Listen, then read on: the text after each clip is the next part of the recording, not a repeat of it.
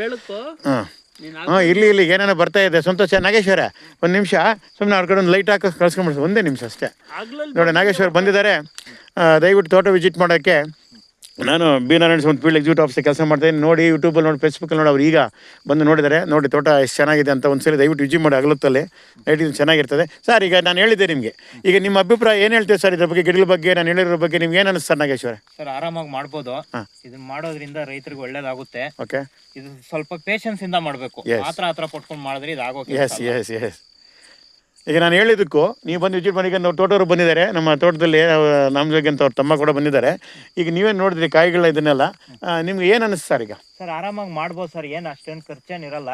ಅದೇ ಗಿಡ ಒಂದು ತಗೊಂಡು ಆರಾಮಾಗಿ ನಾವು ಕೊಟ್ಟಿಗೆ ಗೊಬ್ಬರ ಹಾಕೊಂಡು ನೀಟಾಗಿ ಮೈಂಟೈನ್ ಮಾಡಿದ್ರೆ ತುಂಬಾ ಚೆನ್ನಾಗುತ್ತೆ. ಈಗಾಗಲೇ ನೀವು ಎಷ್ಟೋ ಜನ ಬೆಳೆಗಳು ಇಟ್ಟಿದ್ದೀರಾ, ರೈತರು ನೋಡಿದ್ದೀರಾ, ಎಷ್ಟೋ ಬೆಳೆಗಳು ಎಲ್ಲೆಲ್ಲೋ ಮಾಡಿದ್ದೀರಾ.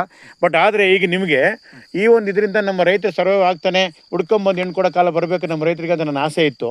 ಅದು ಈ ಕಾಲಕ್ಕೆ ಭಗವಂತ ಅನುಕೂಲ ಮಾಡ್ತಾ ಇದ್ದಾನೆ.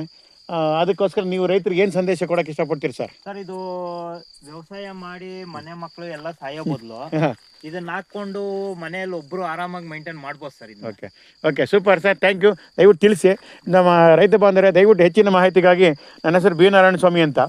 ನಾನು ಫ್ಲೋರೋಜಗಮ್ ಫೀಲ್ಡ್ ಎಕ್ಸಿಕ್ಯೂಟಿವ್ ಆಫೀಸರ್ ಕೆಲಸ ಮಾಡ್ತಾಯಿದ್ದೀನಿ.